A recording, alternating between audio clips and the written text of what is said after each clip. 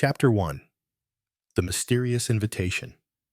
It was a crisp autumn evening when Evelyn Harrow arrived at Blackwood Manor.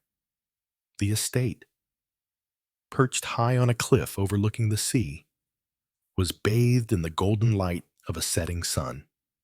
Its towering spires and ivy-clad stone walls seemed to have a life of their own, casting long shadows over the sprawling grounds. The invitation had come to her without warning. Adrian Blackwood, the renowned collector of rare artifacts, had invited her personally to his private gala. But it wasn't just any gala. It was to be the unveiling of his most prized possession, the crown of the Forgotten Kings, an ancient and mysterious artifact that had been hidden away for centuries. Evelyn, a historian with a passion for lost artifacts, could hardly resist the allure of such an invitation. The mansion was already filled with guests, but Evelyn felt the strange, almost magnetic pull of the crown as she entered the grand hall.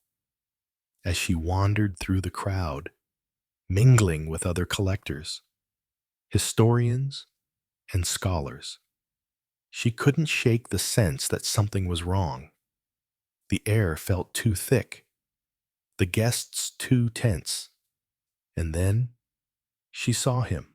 Adrian Blackwood, dressed in his finest evening attire, was speaking with a group of guests. He was tall, with sharp features and an intense gaze that seemed to bore into the souls of those he looked at. But there was something different about him tonight, a kind of unease, as if he were preparing for something he couldn't control. Evelyn approached him, her curiosity piqued. "Mr. Blackwood," she said with a polite smile. "It's an honor to be here." Adrian turned to face her, his eyes narrowing slightly. Evelyn Harrow. I'm glad you could make it. You've studied the crown before, haven't you?" "Yes," Evelyn replied, her voice steady. "I've read everything I could find about it, but the true history of the crown is still a mystery." Adrian's lips curled into a faint smile. "It's a mystery I plan to unravel tonight." His gaze flicked over her shoulder, and for a moment, Evelyn thought she saw a flicker of panic in his eyes.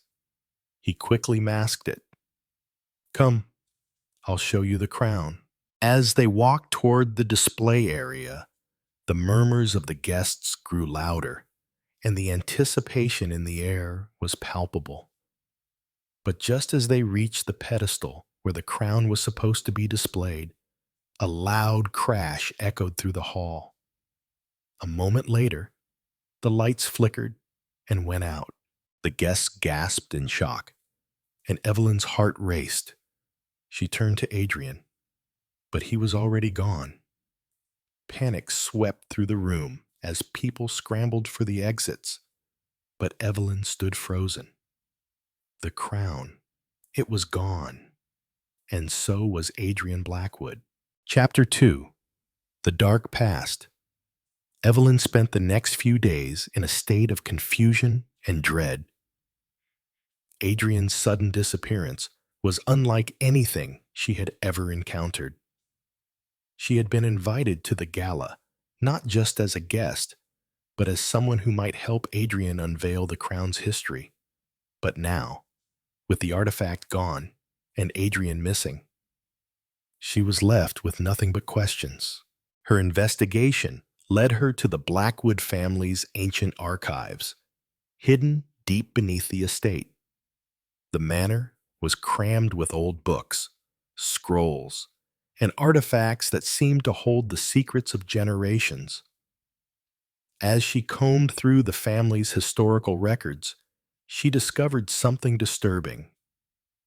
Adrian Blackwood's ancestors were rumored to have been deeply involved in black magic, and the crown was believed to hold immense power, a power tied to the forgotten kings of ancient times. But there was more. Evelyn uncovered evidence that the crown wasn't merely a symbol of power. It was believed to be a conduit for controlling the past and the future itself. The Blackwood family had been involved in a centuries-long battle to possess the crown, and with its disappearance, the entire family line was at risk. In the dusty corners of the archives, Evelyn found a hidden journal belonging to Adrian's great-grandfather, Jonathan Blackwood. The journal detailed a secret society that had been formed by the Blackwood family, the Order of the Lost Kings. The journal spoke of a dark pact, a promise to keep the crown safe at all costs, and the lengths the family would go to protect its secrets. But Adrian's great-grandfather had written one chilling line that sent a shiver down Evelyn's spine. The crown is not just a relic of power. It is the key to rewriting history itself. Evelyn's pulse quickened. Adrian had been searching for the crown to unlock its power. But what if someone else had found it first? Chapter 3. Secrets Revealed. The deeper Evelyn dug, the more she realized that Adrian's disappearance wasn't an accident. Someone had taken him, and it wasn't just the crown they were after.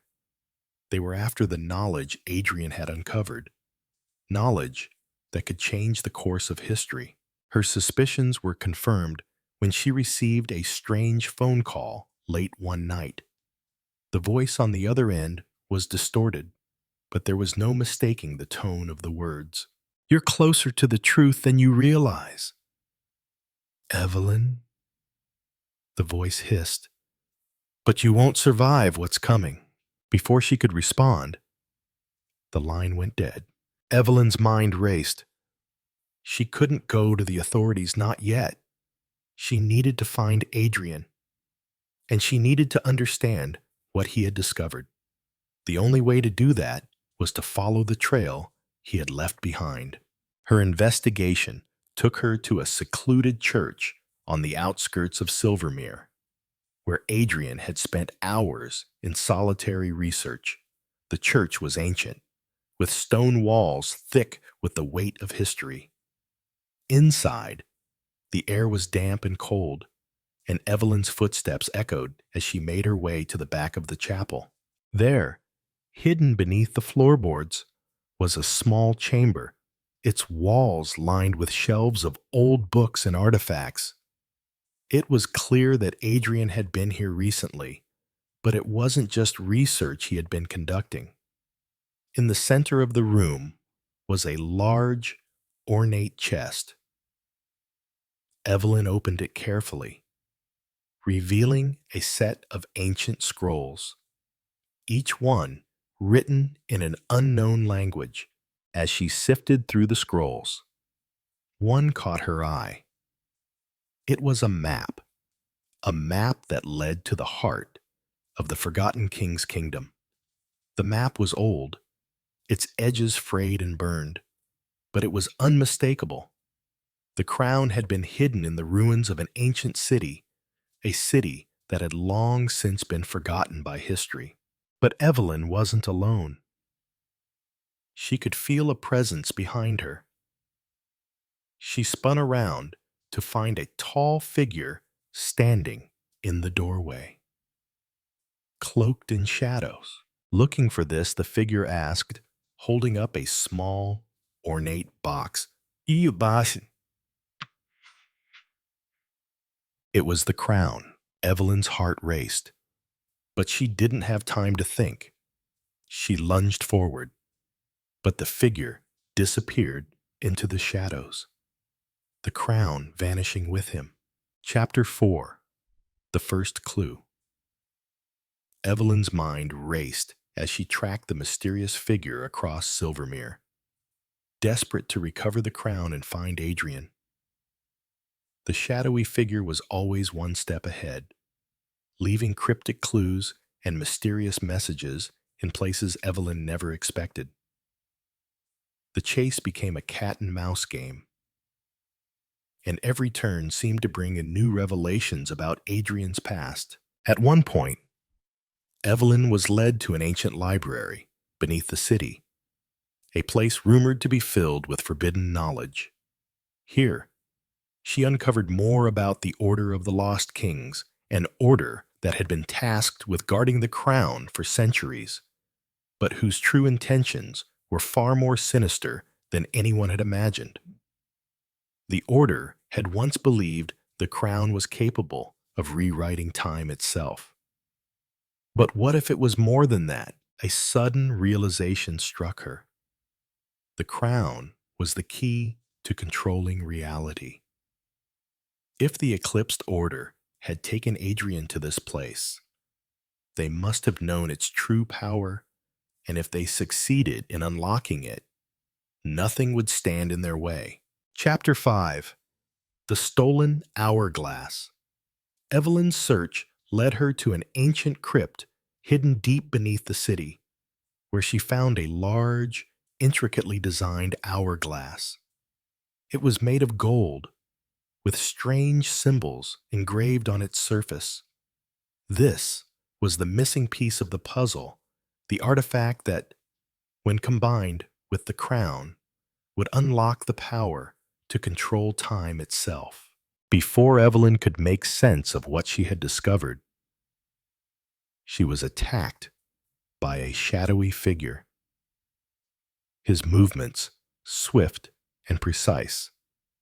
It was Lysander, a deadly assassin she had crossed paths with before.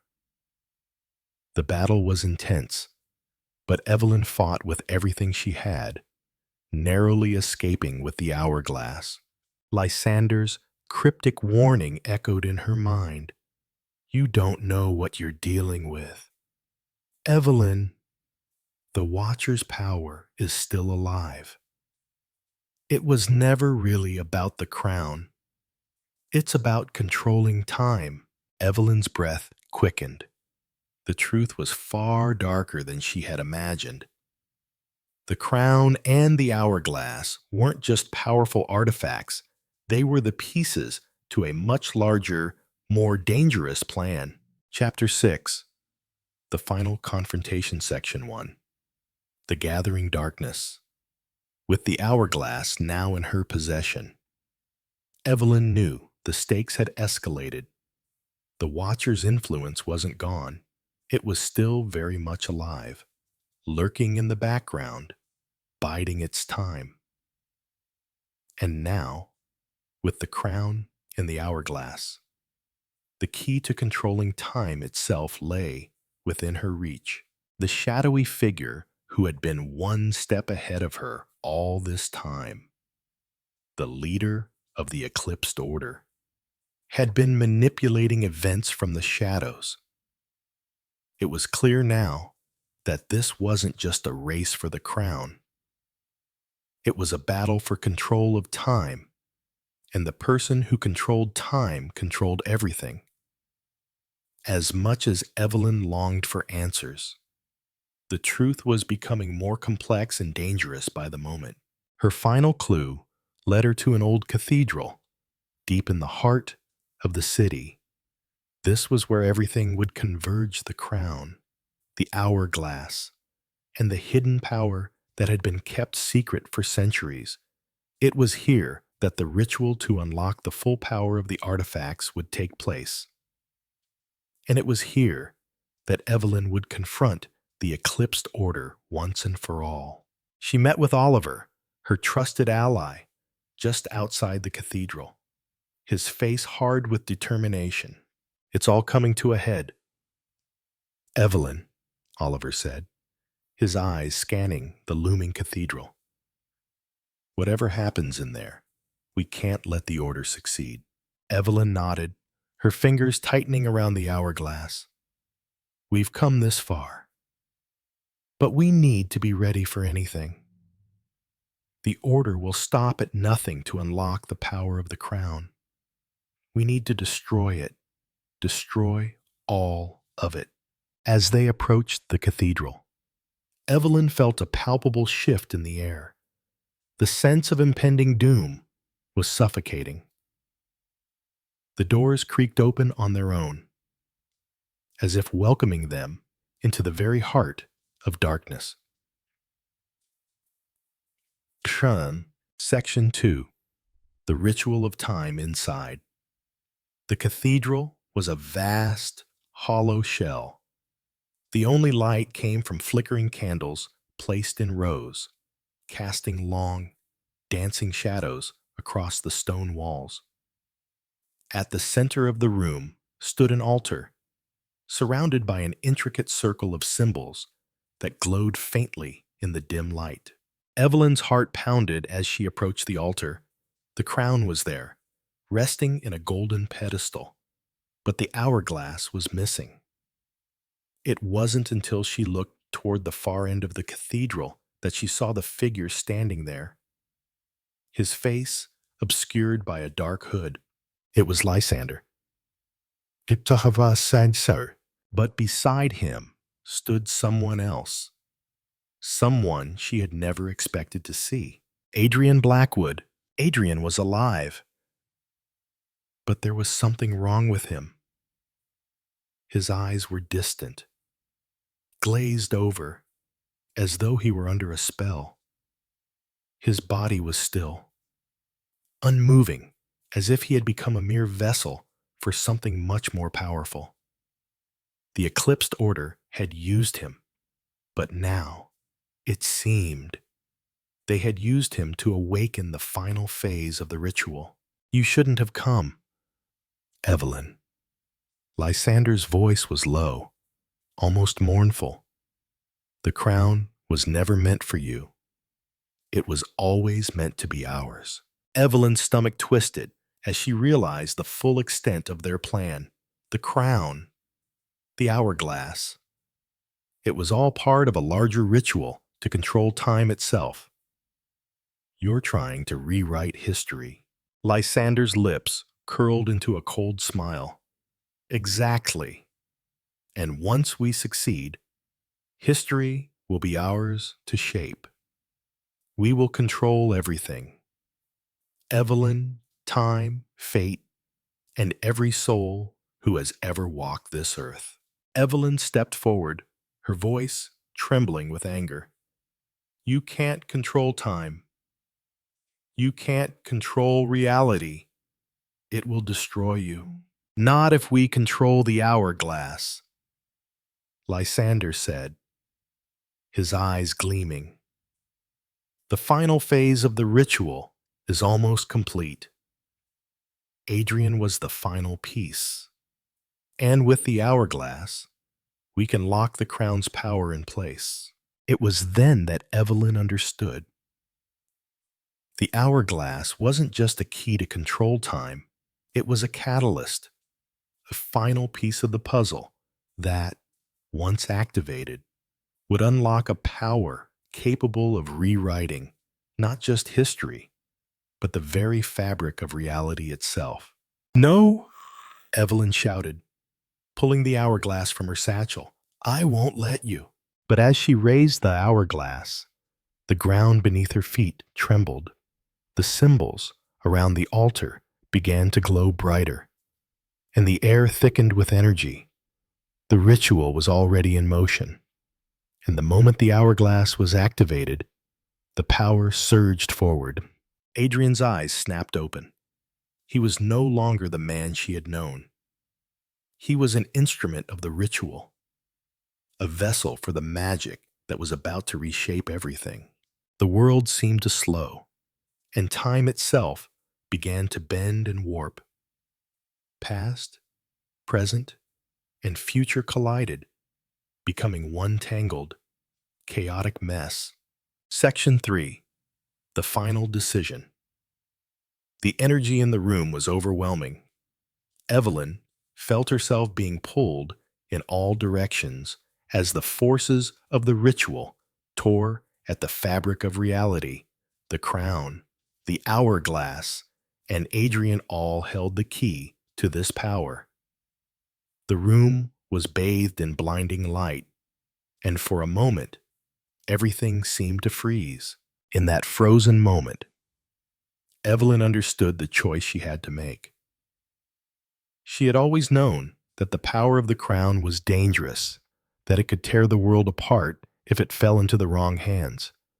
But now, with the ritual underway and the world on the brink of collapse, she realized that there was only one way to stop the eclipsed order.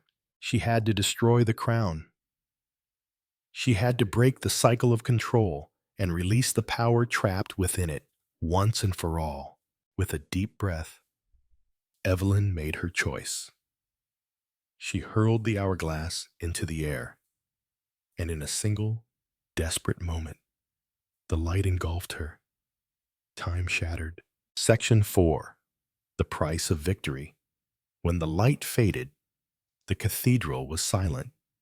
The altar, the crown, and the symbols had all disappeared. Evelyn stood alone in the center of the room, her heart pounding. The power of the crown had been destroyed. The eclipsed order had been defeated. But at what cost? Adrian lay unconscious on the ground, his body freed from the dark influence of the ritual. The air around them was still, and Evelyn felt a profound sense of loss. She had destroyed the very thing that had caused so much pain, the very power that had been at the heart of everything they had fought for. But she had also destroyed something within herself. The knowledge of what had happened and what had been lost in the process would haunt her for the rest of her life. Oliver approached her, his face filled with relief. "We did it, Evelyn. The world is safe." But Evelyn's eyes were distant. "Is it really? Or have we just broken the rules of time beyond repair?" Epilogue: A New Dawn. As time passed, the world returned to a sense of normalcy. But Evelyn couldn't shake the feeling that something had changed, something profound. The events at Blackwood Manor, the ritual, and the destruction of the crown had altered the course of history in ways they couldn't fully understand. Adrian, now free from the influence of the order, slowly recovered. The bond between him and Evelyn, once strong, had been fractured by the power they had both sought to control. But there was no going back. They had both been changed by the experience, their lives forever marked by the choices they had made. The world was free from the grip of the Watchers, but Evelyn knew that the shadows would always return, in one form or another. The fight for control over time, over fate, and over the future was never truly over. And as long as there were people who sought to bend reality to their will, the struggle would continue. But for now, Evelyn had won, and that was enough.